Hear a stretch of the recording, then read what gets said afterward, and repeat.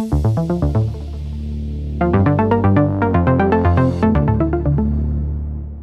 und willkommen zu einer neuen Folge Work in Progress.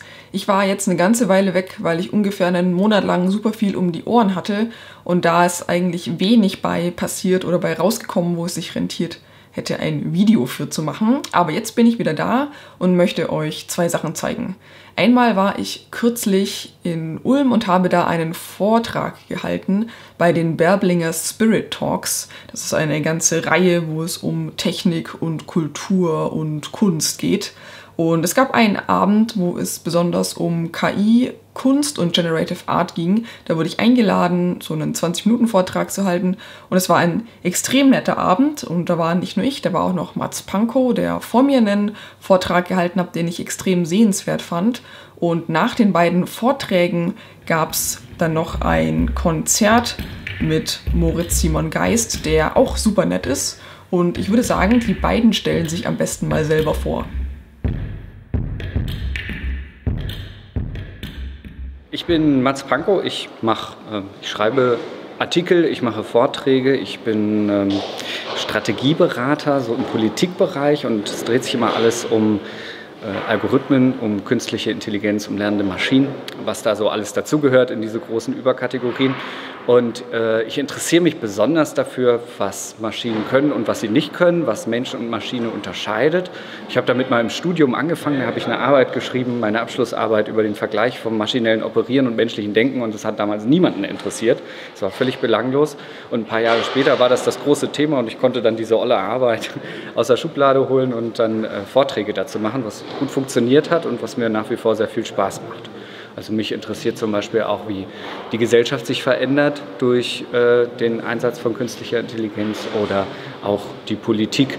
Und meine These ist da grundsätzlich, dass Maschinen immer ein bisschen mehr können, als wir denken, und weniger, als wir uns fürchten manchmal. Wir können zum Beispiel nicht bewusst sein, und das macht einen kleinen, aber entscheidenden Unterschied. Hey, ich bin Moritz Simon Geist und ich stehe hier vor meiner Installation Tripods One. Natürlich, ich habe sie ja vor 4 Jahren gebaut und bin hier in Ulm. Und im Grunde versuche ich mit verschiedenen mechanischen Klangobjekten Musik zu erzeugen. Oder ich versuche es nicht nur, ich mache es eigentlich auch. Und hier oben haben wir zum Beispiel ein kleines System, was eine Schallplattennadel ist, die auf eine Papierfläche drauf schlägt und dadurch einen Bassklang erzeugt. Und hier hat man zum Beispiel verschiedene Metallplatten, die angeschlagen werden durch kleine Motoren. Und im Grunde geht es immer darum, elektronische Musik zu übersetzen in die echte Welt, dass quasi die ganzen Strukturen von elektronischer Musik nicht mehr im Computer erzeugt werden, sondern in der echten Welt, also quasi mit so kleinen Mini-Mechanik-Robotern. Cool, danke.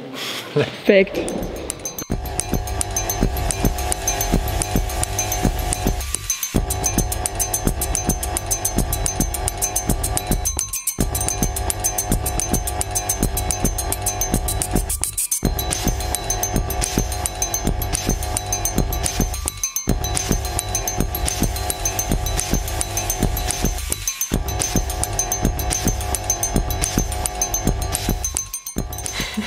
Ihr seht schon, wir hatten an dem Abend ziemlich viel Spaß zusammen und es gibt zum Glück eine Aufzeichnung. Corona-bedingt konnten ja nicht so viele Leute in dem Saal sitzen. Deswegen hat die Kulturabteilung Ulm dann einen hervorragenden Livestream organisiert. Also wirklich hervorragend mit mehreren Kameras und einer Handkamera.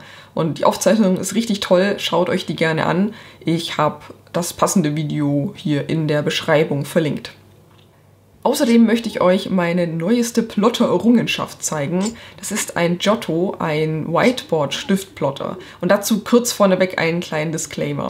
Ich habe das Gerät geschenkt bekommen, aber nicht, um jetzt hier ein Video drüber zu machen, sondern weil ich in der Stiftplotter-Community recht aktiv bin und ich mit den Betreibern von den Giottos oder der Firma Giotto Rocks gesprochen habe und wir überlegt haben, dass ich für die ein paar Sachen programmiere und ich im Gegenzug eben ein Gerät bekomme. Also das war der Deal.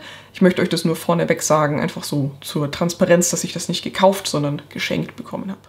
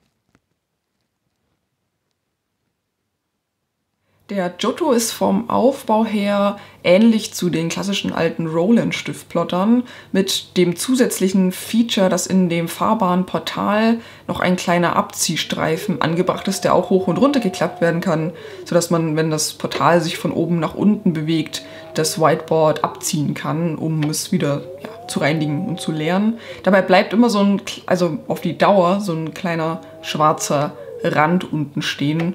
Den muss man im Endeffekt von Hand wegwischen. Der bildet sich so nach, weiß ich nicht, 20 Zeichnungen vielleicht oder so, würde ich sagen, sieht man so langsam eine kleine schwarze Kante unten entstehen, wo der Abwischer immer absetzt. Da sammelt sich dann so ein bisschen schwarze Krümel. Ansonsten ist der Giotto so gedacht, dass man ihn hauptsächlich mit einer App und dem Cloud-Dienst von Giotto Rocks bedient. Und das funktioniert hervorragend und netterweise haben auch schon ein paar Leute die API reverse engineert. Es gibt also sehr schöne Node-Packages, mit denen man auch unabhängig von der App brav seine SVGs an den Plotter schicken kann. Das funktioniert hervorragend. Ich habe da zum Beispiel schon mal Twitter immer Notifications plotten lassen, wenn ich eine bekommen habe. Das ist ziemlich nett und ich hoffe jetzt dann bald einen offiziellen API-Zugang zu bekommen, um dann eben meine eigenen Sachen da mal zu implementieren. Was mir noch ganz gut gefällt, ist, dass das Stift-Wiederbefüllsystem nichts ist, was jetzt eine Giotto-Erfindung ist und man von denen irgendwelche teuren Stifte oder Tinte oder irgendwas kaufen muss, sondern das ist einfach Standard. Also der Stift an sich, die Plastikhülse ist von denen, aber die ganzen Einsätze und die Whiteboard-Marker-Farbe, die kann man einfach so in jedem Handelsgeschäft kaufen. Das ist gar kein Problem. Das finde ich hervorragend. Das finde ich immer sehr unangenehm, wenn man sich da an eine Firma binden muss, um irgendwelche Nachfüllprodukte zu kaufen. Das ist mir immer gar nicht sympathisch. Und das ist hier zum Glück nicht so. Wo ich mir noch ein bisschen unsicher bin, ist der Servo. Also zum Stift an- und abheben scheint ein ganz normaler, ich sage jetzt mal Bastelservo, ich weiß gerade nicht, was die für eine Bezeichnung haben, verbaut zu sein. Und ich weiß von den Axi-Draws, dass die einfach nicht ewig halten und eher so ein Austauschprodukt sind. Also bei meinem Axi-Draw, wenn ich sehr viele, also bei den Sachen, die ich so plotte, sehr viele Stifthebungen habe, dann ist der Servo einfach ein Verbrauchsprodukt. Der ist nach einem halben Jahr einfach durch und ich muss den austauschen. Beim Axi-Draw ist das kein Problem, da komme ich einfach ran. Bei dem Giotto bin ich mir noch nicht sicher, weil ich den noch nicht auseinandergenommen habe, aber ich vermute, dass sich das auch gut tauschen lässt. Hinten scheint einfach die Rückseite nur verschraubt zu sein und der Rest scheint relativ zugänglich zu sein. Also ich vermute mal, dass man das tauschen kann.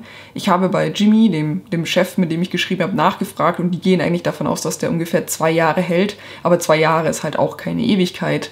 Aber ich denke, dass man die mit halbwegs vernünftigem Aufwand tauschen kann. Ja, ich denke, der Plotter wird auf jeden Fall auch noch spannend für Ausstellungen und Events, um den mitzunehmen, weil sich halt, Dinge, die sich bewegen, sind immer gut, wenn man Leuten was zeigen kann und es bietet sich hervorragend gut dafür an, dauerhaft generative Dinge darauf zu plotten und das Leuten zu zeigen. Von daher bin ich jetzt sehr froh, dass ich einen habe.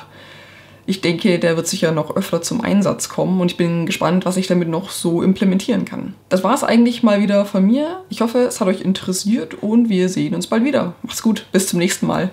Ciao!